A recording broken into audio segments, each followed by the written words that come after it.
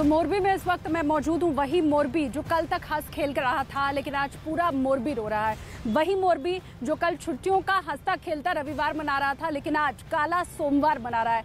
इसकी वजह है मोरबी में केबल पुल का टूटना, जिसके बाद चारों तरफ सिर्फ चीख पुकार ही नजर आई। और तब से लेकर के अभी तक, कल शाम 6:30 बजे से लेकर के आज की अभी इस दोपहर तक लगातार जो रेस्क्यू ऑपरेशन है वो चल रहा है। अभी तक कोशिशें जारी हैं और जो साइट है जहां पर लगातार मैं आपको दिखा भी रही थी कि कैसे जो रेस्क्यू टीम है वो लगातार छानबीन कर रही है। और इन सब के बीच जो बड़ी खबर मिल रही है वो भी आप जान लीजिए। अहम खबर ये है कि इस पूरे मामले के ऊपर 9 लोगों की गिरफ्तारी हो चुकी है। ये सबसे बड़ी खबर इस वक्त की, 9 लोगों की गिरफ्तारी कर ली गई है। और ये जो 9 लोग हैं उन्हीं के जिम्मे पुल का रखरखाव था, उन्हीं के जिम्मे ये कर्मचारी वो है जिन्हें हिरासत में लिया गया है। आप जान लीजिए कंपनी के 2 मैनेजर हैं, 2 टिकट क्लर्क हैं, 3 सिक्योरिटी गार्ड हैं, 2 रिपेयरिंग कॉन्ट्रैक्टर को पकड़ा गया है। ये सभी हिरासत में 9 लोग ऐसे हैं जिन्हें हिरासत में लिया गया है। डिटेल उनकी पूरी अभी आपको मैंने बताई। इन 9 आरोपियों को पकड़ने के लिए गुजरात एटीएस, राज्य खुफिया विभाग और मोरबी पुलिस जगह जगह पर इन लोगों ने छापेमारी की। कोई भाग न जाए, कोई छूट न जाए, कोई रात के अंधेरे का फायदा उठाकर गुजरात के बाहर ना चला जाए, इस बात का पूरा ख्याल रखा गया। और अब 9 लोगों को हिरासत में लिया गया है, जिसकी पूरी अपडेट अभी मैंने आपको दिखाई। और जिस पुल पर मैं मौजूद हूँ, यहाँ से लगभग मोरबी की हर तस्वीर आप देख पाएंगे। पहले मैं दिखा देती हूँ जरा आपको। ये सामने आपको एक पुल दिखाई दे रहा होगा जिसके ऊपर से गाड़ियाँ गुजरा करती हैं, जो बड़ी गाड़ियाँ होती हैं वो यहाँ से गुजरा करती हैं। इसके बाद आपको नीचे एक दूसरा पुल दिखाई देगा जो सड़क के उधर से इधर को, मतलब बीच में नदी है और दोनों को जोड़ने वाला ये पुल है। आप जरा देख लीजिए कितनी बड़ी तादाद में यहाँ इस वक्त भी लोग हैं और ज्यादातर इसमें तमाशबीन है। ये जो भीड़ आपको नजर आ रही है, सुबह यही भीड़ वहाँ घाट तक पहुंच चुकी थी, नदी के घाट तक पहुंच चुकी थी जहां पर हादसा हुआ है। अब चारों तरफ से रास्ते को बंद कर दिया गया है, बैरिकेड्स लगा दिए गए हैं, कोई आगे बढ़ नहीं सकता है। और इसीलिए जो सबसे नजदीकी जगह है वहां पर भी लोग पहुंचे हुए हैं और तमाशबीन बनकर लोग देख रहे हैं चारों तरफ कि भाई चल क्या रहा है, कितने लोगों को बचाया गया। ये लोग ये नहीं समझ रहे कि इनके आने जाने से या इनके खड़े होने से जो रेस्क्यू ऑपरेशन है उसमें कितनी बाधा पहुंचेगी। ये भारी हुजूम इधर से उधर करता हुआ, उधर से इधर करता हुआ आपको दिखाई दे जाएगा। और बहुत दूर यहाँ से जो रेस्क्यू ऑपरेशन चल रहा है, क्योंकि न्यूज़ 18 इंडिया की टीम आपको हर वो तस्वीर दिखाना चाह रही है मोरबी की कि कैसे इस पूरे शहर की बसावट है, किस तरह से पुल टूटा।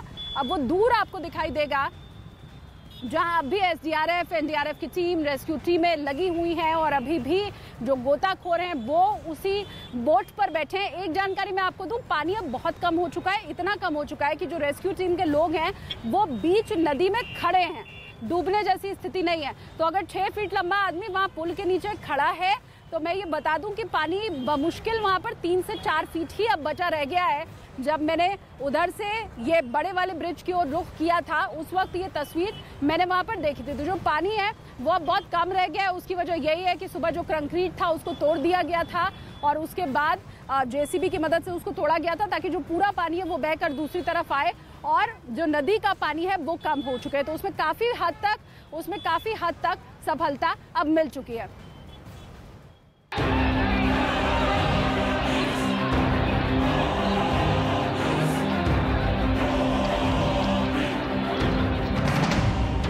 गुजरात के मोरबी में दर्दनाक हादसा।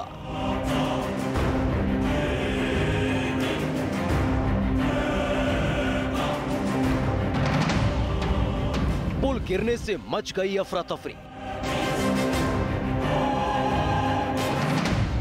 युद्ध स्तर पर चला रेस्क्यू ऑपरेशन।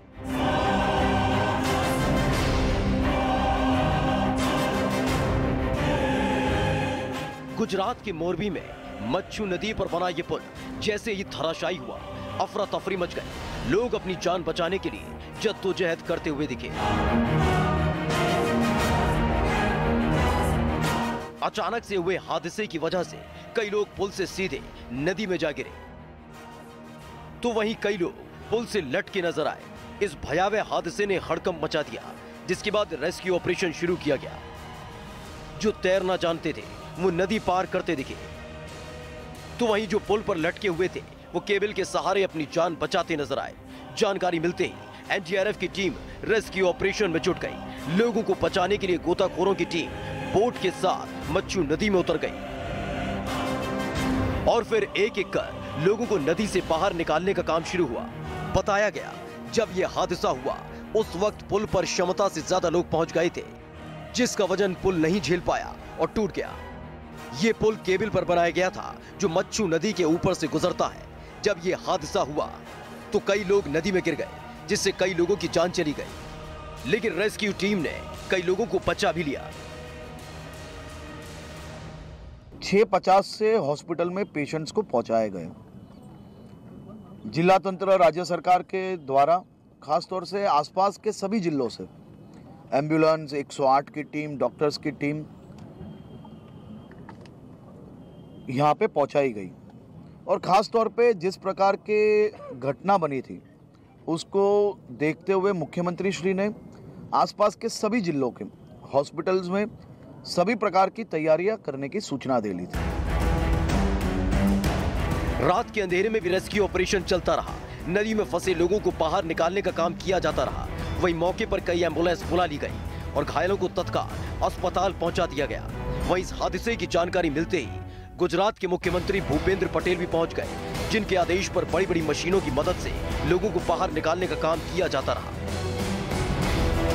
वहीं इस हादसे के बाद पीएम मोदी लगातार मौके पर मौजूद सीएम भूपेंद्र पटेल से पल पल की अपडेट लेते रहे। तो वहीं पीएम मोदी ने इस हादसे पर दुख जाहिर किया।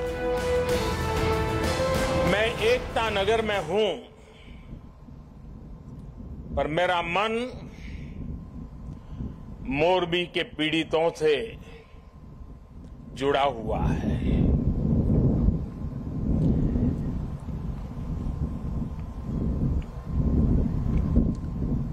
शायद ही जीवन में बहुत कम ऐसी पीड़ा मैंने अनुभव की होगी। एक तरफ दर्द से भरा पीड़ित दिल है और दूसरी तरफ कर्म और कर्तव्य का पथ है।